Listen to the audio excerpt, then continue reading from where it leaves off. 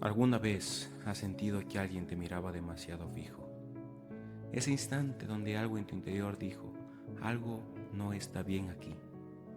Ahora imagina que esa persona es encantadora, atractiva, con una sonrisa perfecta, inteligente. El tipo de hombre que te abre la puerta, que te hace reír, que te hace sentir que eres la persona más interesante de la habitación. Eso era Ted Bundy. Y esa sonrisa fue el arma más peligrosa que jamás usó, porque detrás de ella no había nada, solo vacío, solo cálculo, solo el frío pensamiento de una mente que llevaba décadas planeando exactamente cómo hacerte daño. Ted Bundy asesinó al menos a 30 mujeres, 30 que se pudieron confirmar, aunque él mismo insinuó que el número real era mucho, mucho mayor. Operó en 7 estados de los Estados Unidos a lo largo de 4 años. Se fugó de la cárcel 2 veces. Se defendió a sí mismo en el juicio. Se casó desde la prisión. Tuvo una hija en el corredor de la muerte. Y durante todo ese tiempo siguió mirando a la gente a los ojos con esa sonrisa. Esto es la historia de Theodore Robert Bundy, el asesino en serie más carismático y devastador de la historia de los Estados Unidos, y la historia de las mujeres que cruzaron su camino sin saber lo que les esperaba. Para entender a Ted Bundy, hay que empezar por el principio. El principio ya estaba marcado por una mentira. Theodore Robert Crowell nació el 24 de noviembre de 1946 en Burlington, Vermont. Su madre, Louise Crowell, era una mujer joven, soltera, que quedó embarazada en una época en la que eso era una vergüenza social enorme. Para proteger la reputación familiar, se tomó una decisión que marcaría la psique del niño para siempre. Ted crecería creyendo que sus abuelos maternos eran su padre y su madre, y que su verdadera madre, Louise, era una hermana mayor. Vivió sus primeros 4 años dentro de esa mentira, rodeado de adultos que representaban roles falsos, en una casa donde la identidad era una actuación. Cuando tenía 4 años, Louise se mudó a Tacoma, Washington, y se casó con un hombre llamado Johnny Culper Bundy, un cocinero del ejército. Ted adoptó su apellido, pero ese hombre nunca se acercó emocionalmente al niño. Nunca le demostró el cariño que un hijo necesita. Ted Bundy descubrió la verdad sobre su origen durante la adolescencia, que no era hijo de sus abuelos, que su hermana era su madre, que había vivido sus primeros años dentro de una mentira cuidadosamente construida. Los investigadores y psicólogos que estudiaron su caso después señalaron ese momento como uno de los puntos de quiebre en su desarrollo, no como una excusa, sino como un dato. Pero si la infancia de Ted era conflictiva en privado, la fachada era completamente diferente. Era brillante, sacaba buenas notas, era atractivo, tenía don de gentes. En la universidad estudió psicología y luego intentó entrar a la facultad de Derecho. Trabajó en una línea de crisis de salud mental. Tuvo una novia seria durante años. Sus profesores lo admiraban, sus vecinos lo querían. Era en todas las formas visibles el chico de oro, el sueño americano hecho persona. Pero por dentro, algo oscuro llevaba años tomando forma.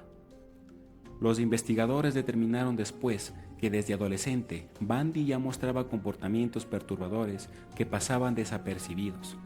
Voyeurismo, fascinación por imágenes violentas, una frialdad emocional que ocultaba con su carisma. No sentía empatía, aprendió a imitarla. Porque eso es lo más escalofriante de Ted Bundy.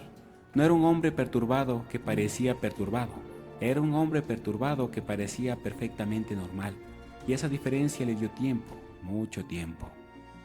Antes de hablar de los crímenes, hay que entender cómo operaba Bundy, porque su método no era el de un criminal descontrolado, era el de un depredador metódico, paciente y aterrador en su eficiencia. Bundy elegía a sus víctimas con criterio. Las mujeres que le interesaban tenían rasgos comunes, jóvenes, blancas, de entre 15 y 25 años, generalmente universitarias. Muchas tenían el cabello largo, castaño o negro, partido al medio, un perfil casi fotográfico que repetía una y otra vez. Su método de aproximación era el engaño. Se acercaba a ellas en lugares públicos, campos universitarios, centros comerciales, aparcamientos, generalmente a plena luz del día. Fingía tener el brazo escayolado o en cabestrillo, llevaba libros o un maletín, pedía ayuda para cargar algo hasta su coche, parecía inofensivo, necesitado, simpático. Y cuando la víctima se acercaba lo suficiente, la golpeaba con una barra, con un objeto contundente sin previo aviso. Luego la metía en su Volkswagen Escarabajo, un coche que con el tiempo se convertiría en sinónimo de horror y desaparecía.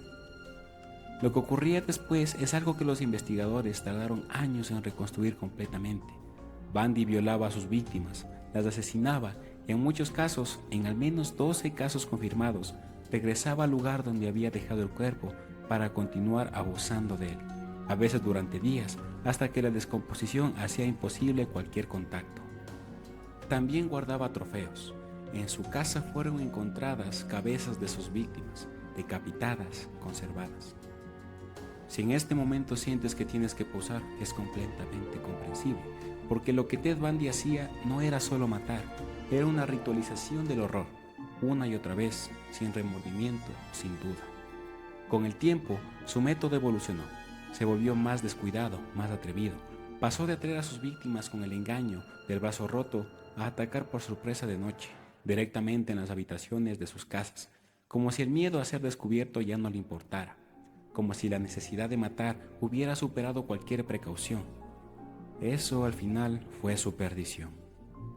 El 4 de enero de 1974 en Seattle, Washington, Ted Bundy entró a la habitación de una estudiante universitaria de 18 años, llamada Joni Lenz, mientras dormía. La golpeó en la cabeza con una barra metálica, la dejó inconsciente y luego la agredió sexualmente. Joni sobrevivió, pero quedó en coma durante meses y sufrió daño cerebral permanente. Bundy no fue arrestado, no hubo testigos, no había pistas que apuntaran a él. Y eso lo envalentonó.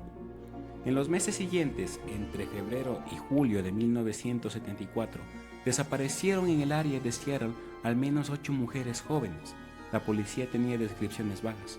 Un hombre joven, atractivo, con el brazo en cabestrillo, a veces con muletas, a veces pidiendo ayuda con unos libros. Un hombre repetido por algunas de las mujeres que habían escapado antes de que algo pudiera pasarles. Ted. Pero ese hombre era demasiado común y Bundy era demasiado normal para levantar sospechas. Linda Ann Haldy, estudiante universitaria, Donna Gail Manson, 19 años, Susan Elaine Rancourt, 18 años, Roberta Carlene Parks, 20 años, Brenda Carol Ball, 22 años, Georgianne Hawkins, 18 años, una tras otra desaparecidas sin rastro. Y luego ocurrió algo que heló la sangre de toda una ciudad. El 14 de julio de 1974, en un lago estatal cercano a Seattle llamado Lake Sammamish, en un solo día, en un lugar público, con decenas de personas a su alrededor, Bundy se acercó a 2 mujeres diferentes, las convenció de que necesitaba ayuda para cargar un velero y las secuestró a plena luz del día. Janice Ott, Dennis Naslum, 2 mujeres, el mismo día en el mismo lugar. Varios testigos lo vieron, varios describieron al hombre de la misma manera. Algunos escucharon su nombre, Ted, y que tenía un Volkswagen Escarabajo. La policía de Seattle tenía el perfil más completo hasta entonces, un hombre llamado Ted con un Volkswagen y el brazo escayolado, pero Ted Bundy seguía libre. En el otoño de 1974, Bundy se mudó al estado de Utah para estudiar Derecho, y el rastro de muertes lo siguió. En Utah desaparecieron Nancy Wilcox, Melissa Smith, la hija del jefe de la policía local de 17 años, Laura Amy y Debra Jinkett. En Colorado cayeron Carney Campbell, Julie Cunningham, Denise Olberson. En Idaho, Little Culver, de solo 12 años. Y también operó en Oregon, en California. 7 estados, decenas de víctimas, y la policía de cada jurisdicción investigaba su propio caso sin compartir información con los demás. En esa época no existía la coordinación federal moderna.